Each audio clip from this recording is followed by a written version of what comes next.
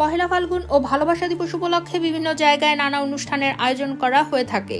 সেই ধারাবাহিকতায় আগামী 13 ফেব্রুয়ারি চট্টগ্রামের পতেঙ্গায় আয়োজন করা হয়েছিল max fun on day one শিরোনামের ব্যতিক্রমী একটি কনসার্ট।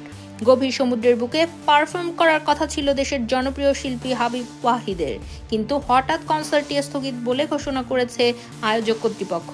পরবর্তী তারিখ শিগগিরই জানিয়ে দেওয়া হবে বলেও জানিয়েছেন তারা। আয়োজনকারীদের পক্ষ থেকে শনিবার সামাজিক মাধ্যমে এক বিবৃতিতে বলা হয়, প্রিয় অতিথি, আমরা অনেক দুঃখের সাথে জানাচ্ছি যে আমাদের বহুল প্রতীক্ষিত অনুষ্ঠান max fun on day one স্থগিত করা হয়েছে। বর্তমান পরিস্থিতি বিবেচনা করে এই কঠিন সিদ্ধান্ত নেওয়া হয়েছে। আপনাদের ভালোবাসা ও সমর্থনের জন্য আমরা কৃতজ্ঞ। আমরা শিগগিরই নতুন সম্ভাব্য তারিখটি জানিয়ে দেব।